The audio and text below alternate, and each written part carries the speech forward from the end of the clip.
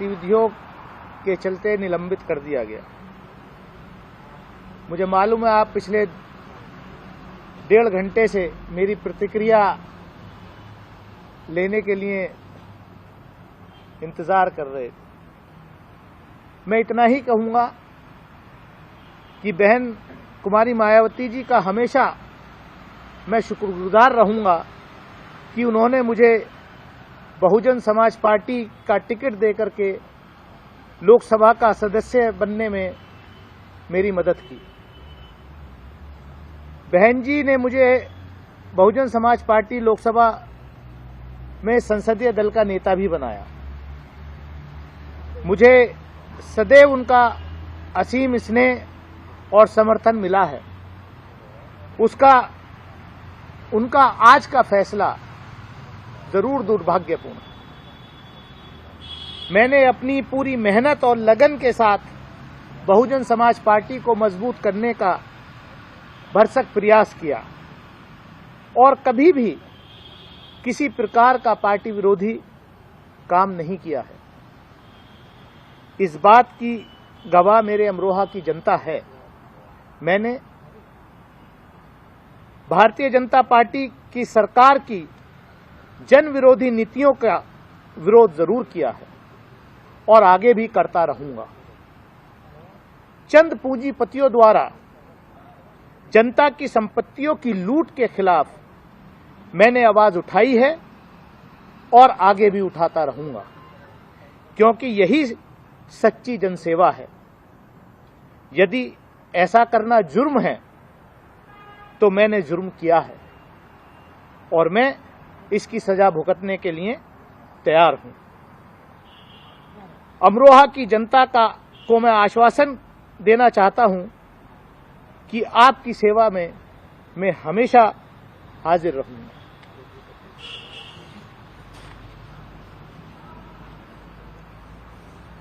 ये मेरी प्रतिक्रिया है। बाकी आप नमस्कार, मैं हूं परवीन और आप सभी का हमारी स्पेशल रिपोर्ट में बहुत बहुत स्वागत है। बीएसपी के अमरोहा से सांसद दानिश अली सुर्खियों में हैं। संसद में चर्चा के दौरान दिल्ली से बीजेपी सांसद रमेश बिधूड़ी ने उनके लिए अभद्र भाषा का इस्तेमाल किया था और जो बयान उन्होंने दिया था रमेश बिधूड़ी ने, वो बयान तेजी से सोशल मीडिया पर वायरल हो गया था और उसके बाद बीजेपी की जमकर फजीयत हुई थी। न सिर्फ बीजेपी की बल्कि मोदी सरकार में अल्पसंख्यकों को लेकर जो रवैया रहा है, जो नीतियां रही हैं, जो काम बीजेपी ने किया है, वो भी सवालों में आ गए थे और जिस तरह का चाल चरित्र अल्पसंख्यकों को लेकर बीजेपी का है उस पर भी सवालिया निशान खड़ा हो गया था। लेकिन इस पूरे मामले पर लोकसभा स्पीकर ओम बिरला ने बिधूड़ी को चेतावनी देते हुए कहा कि सदन में अगर ऐसा दोबारा हुआ तो कड़ी कार्रवाई होगी। यानी कोई कार्रवाई नहीं हुई, सिर्फ उन्हें चेतावनी दी। लेकिन जो बयान उन्होंने दिया था उसने खूब सुर्खियां बटोरी, न सिर्फ देश में बल्कि दुनिया भर में। यहां पर बीजेपी की फजीयत हुई, लेकिन बीजेपी को इससे कोई फर्क नहीं पड़ा और रमेश बिधूड़ी के खिलाफ कोई खास कार्रवाई नहीं की गई, सिर्फ चेतावनी देकर उन्हें छोड़ दिया गया। खुद बीजेपी की तरफ से भी उन्हें कारण बताओ नोटिस जारी किया गया था। इस सब के बीच में दानिश अली को समूचे विपक्ष का साथ मिला था। राहुल गांधी से उन्होंने मुलाकात की, सपा सांसद डिंपल यादव ने उन्हें भाई कहा तो सपा प्रमुख अखिलेश यादव ने भी बीजेपी पर हमला बोला था। बीएसपी सुप्रीमो मायावती ने भी इसे दुर्भाग्यपूर्ण करार दिया था। अगस्त में दानिश अली पटना जाकर बिहार के सीएम नीतीश कुमार से मिले थे। इस बीच राजनीतिक गलियारों में ये कयास लग रहे थे कि दूसरे दलों से नजदीकी दिखाने पर मायावती अपने नेताओं को बाहर का रास्ता दिखा देती हैं और आज ऐसा ही कुछ हुआ जब मायावती ने दानिश अली को पार्टी से निलंबित कर दिया। मायावती ने पार्टी विरोधी गतिविधियों में शामिल होने का आरोप लगाकर दानिश अली को पार्टी से निलंबित कर दिया है, बीएसपी से बाहर का रास्ता दिखा दिया है। उन्हें उन दूसरे दलों के साथ मेल मुलाकात को लेकर भी आरोप लगाए गए हैं। आपको बता दें कि 8 दिसंबर को भी दानिश अली टीएमसी सांसद महुआ मोइत्रा का समर्थन करते संसद में नजर आए थे। इस मौके पर उन्होंने बीजेपी पर जमकर भड़ास निकाली थी। तो क्या कुछ कहा था दानिश अली ने, वो देख लेते हैं। मैंने इसलिए ये लगाया है कि कमेटी ने एक रिकमेंडेशन में हमारा भी जिक्र किया है, क्योंकि हम महुआ मोइत्रा को न्याय दिलाना चाहते हैं। वो न्याय नहीं हुआ, उनको अपॉर्चुनिटी नहीं मिली और एक तरफ पूरी दुनिया ने देखा रमेश बिधूड़ी का किरदार, वहां संसद शर्मसार होता नजर नहीं आ रहा आज संसद में सत्ता पक्ष के लोग कह रहे हैं, आज संसद में सत्ता पक्ष के लोग कह रहे हैं कि ऐसा हुआ है? ये क्या है? संसद की मर्यादा 21 सितंबर की रात को भंग हुई थी, जब रमेश बिधूड़ी ने वहां जिस तरीके का की गाली गलौज की, और अब कह रहे हैं कि संसद की मर्यादा ऐसे भंग हो रही है। क्या बात है? आज गांधी और अंबेडकर की आत्मा रो रही होगी। तो बीएसपी सांसद दानिश अली को बीएसपी से निलंबित कर दिया गया है। जी हां, और इसकी जो एक प्रेस विज्ञप्ति है वो मीडिया में जारी कर दी गई है, और इस प्रेस विज्ञप्ति में कहा गया है कि दानिश अली जो थे वो दूसरे दलों के साथ नजदीकियां बढ़ा रहे थे, पार्टी विरोधी गतिविधियों में शामिल थे। यह आरोप लगाकर उन्हें आज पार्टी से निलंबित कर दिया गया। वहीं सबसे ज्यादा नाराजगी मायावती को दानिश की कांग्रेस के साथ बढ़ती नजदीकियों को लेकर थी, जिससे अब ये कयास लग रहे हैं कि दानिश अली अब कांग्रेस का दामन थाम सकते हैं।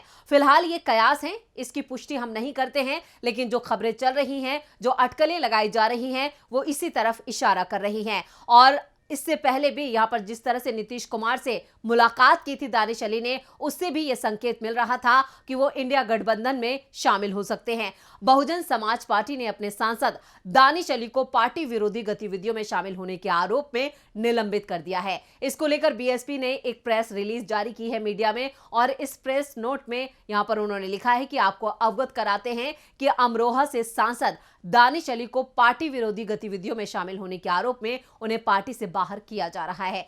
अब दानिश अली का अगला कदम क्या होगा, इस पर सभी की नजरें टिकी हुई हैं। क्या वो कांग्रेस का दामन थामते हैं या फिर यहां पर किसी और पार्टी का रुख करते हैं? लेकिन 2024 लोकसभा चुनाव को लेकर जो कयास लगाए जा रहे हैं, उससे साफ है कि वो इंडिया गठबंधन में शामिल हो सकते हैं, इंडिया गठबंधन को मजबूत कर सकते हैं। आपको बता दें कि 22 अगस्त को बीएसपी सांसद बिहार की राजधानी पटना गए थे। वहां उन्होंने नीतीश कुमार से मुलाकात की थी। उसी समय चर्चा होने लगी थी, क्या दानिश अली की मदद से इंडिया में वो अपनी जगह बनाने की कोशिश कर रहे हैं। असल में दानिश की बीएसपी में एंट्री की कहानी भी बहुत सीधी नहीं है। दानिश ने साल 2019 में बीएसपी ज्वाइन की। इससे पहले वो जनता दल सेकुलर यानी जेडीएस में थे।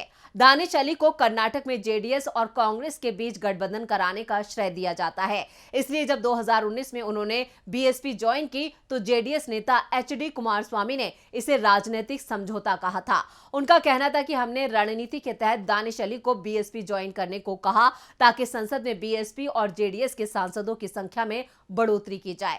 इसके बाद 2019 के विधानसभा चुनाव से पहले उन्होंने यूपी में एसपी और बीएसपी के बीच गठबंधन कराने में अहम भूमिका निभाई थी। हालांकि इस गठबंधन से दोनों का कोई खास फायदा नहीं हुआ, लेकिन कहा जाता है कि समाजवादी पार्टी के वोटों की बदौलत बीएसपी के टिकट पर अमरोहा से सांसद बनने में उन्हें कामयाबी मिली और वो अमरोहा से जीते और संसद पहुंचे। अब जब 2024 के लोकसभा चुनाव की तस्वीर धीरे धीरे साफ हो रही है, यह स्पष्ट है कि बीएसपी और सपा के बीच कोई समझौता नहीं होने वाला है। कम से कम अभी तक तो यही लग रहा है। ऐसे में इस बार दानिश अली के लिए अमरोहा से जीतना भी यहां पर कह रहे हैं कि आसान नहीं है, लेकिन फिलहाल इन सब के बीच जब वो विपक्ष के गठबंधन इंडिया अलायंस के बीच और उनके प्रमुख नेताओं से मुलाकात कर रहे हैं, तो चर्चाएं ये भी हैं कि वो इंडिया अलायंस में अपनी जगह बना सकते हैं और अब इंडिया गठबंधन में शामिल हो सकते हैं। और इसी के साथ आपको बता दें कि दानिश अली जो है वो मायावती के काफी करीबियों में गिने जाते हैं, लेकिन राजनीति में व्यक्तिगत संबंधों से ज्यादा राजनीतिक भविष्य की चिंता भारी पड़ती है। ऐसे में वो अगर इंडिया से नजदीकी बढ़ा रहे हैं तो कुछ अनोखा ही होगा। हाल ही में संसद में रमेश बिधूड़ी के जुबानी हमलों ने उन्हें विपक्ष की ओर नजदीक ला दिया। नेशनल कॉन्फ्रेंस, टीएमसी, आप, सपा, कांग्रेस, एआईएमआईएम तक उनके साथ सहानुभूति जता चुके हैं। रमेश बिधूड़ी की विवादित टिप्पणी को हाईलाइट करके विपक्षी गठबंधन बीजेपी के मुस्लिम विरोधी चरित्र को मुद्दा बना सकता है और इस पूरे मामले में दानिश अली जो हैं वो विपक्ष को यहां पर बड़ी ताकत बनकर सामने आ सकते हैं। और दानिश अली अब यहां पर कांग्रेस का दामन थामते हैं, किस तरफ जाते हैं इस पर सभी है ये फिलहाल संभावनाएं हैं। आपको बता दें कि दानिश अली और राहुल गांधी की जो मुलाकात हुई थी उसने काफी सुर्खियां बटोरी थी और उन सुर्खियों से साफ था कि भविष्य में दानिश अली कांग्रेस का दामन थाम सकते हैं, यूपी में, उत्तर प्रदेश में खासतौर से कांग्रेस के हाथ को मजबूत कर सकते हैं। आपको बता दें कि इससे पहले भी यहां पर इमरान मसूद जो हैं वो सपा छोड़कर यहां पर कांग्रेस में शामिल हो चुके हैं। पश्चिमी उत्तर प्रदेश की खास तौर से बात करें तो ये पश्चिमी उत्तर प्रदेश में कांग्रेस को लगातार मजबूत करने की कोशिश की जा रही है। वहीं दानिश अली के साथ भी यहां पर जो कांग्रेस के जो यूपी कांग्रेस के प्रदेश अध्यक्ष है अजय राय, उन्होंने भी मुलाकात की थी। तो ऐसे कहीं ना कहीं जो सियासी खिचड़ी है वो पक रही है और अब बीएसपी ने उन्हें बाहर का रास्ता दिखा दिया है। उससे साफ है कि वो कांग्रेस का दामन थाम सकते हैं। लेकिन फिलहाल ये कयास हैं और अटकलें लगाई जा रही हैं। उत्तर प्रदेश में यहां पर आपको बता दें कि लोकसभा की 80 सीटें आती हैं और इन 80 सीटों को लेकर कांग्रेस ने अभी से अपनी कमर कस ली है और इन 80 सीटों के लिए यहां पर जोड़ तोड़ और जो चुनावी गणित है उसे बैठाया जा रहा है। चुनावी समीकरण सेट किए जा रहे हैं और कांग्रेस की तरफ से भी इन चुनावों में पूरी जो बीजेपी और कांग्रेस का जो मुकाबला इस बार चुनावों में होगा वो बेहद करीबी और काफी टक्कर वाला होने वाला है, इससे इनकार नहीं किया जा सकता। और इन चुनावों में चाहे ये जो 5 राज्यों के विधानसभा चुनाव के नतीजे आए हैं उससे कांग्रेस में लगातार मंथन किया जा रहा है। जो गलतियां कांग्रेस से हुई हैं वो लोकसभा चुनाव में कांग्रेस नहीं करेगी, इसका भी ध्यान रखा जा रहा है। ऐसे में दानिश अली अगर कांग्रेस में शामिल होते हैं तो यकीनन यहां पर उत्तर प्रदेश में कांग्रेस मजबूत होगी, इससे भी इनकार नहीं किया जा सकता। और एक मुस्लिम चेहरा और जो काफी सुर्खियां बटोर चुका है वो कांग्रेस के पंजे को और मजबूती देगा। तो यहां पर इमरान मसूद और दानिश अली की जो जुगलबंदी होगी वो भी देखने लायक होगी, क्योंकि 2024 का जो चुनाव है वो काफी नजदीक है और इन चुनावों को लेकर अभी से राजनीतिक दलों में जो गहमागहमी है वो देखी जा रही है। और बीजेपी को टक्कर देने के लिए इंडिया गठबंधन भी पूरी ताकत के साथ एक साथ जुट रहा है और ये ताकत जो है वो बीजेपी पर आने वाले चुनावों में भारी पड़ सकती है। तो ये थी हमारी स्पेशल रिपोर्ट। आपको हमारा ये वीडियो कैसा लगा नीचे कमेंट बॉक्स में अपनी राय जरूर दें और इस वीडियो को ज्यादा से ज्यादा लाइक करें और शेयर करें। देखते रहिए डीबी लाइव। नमस्कार।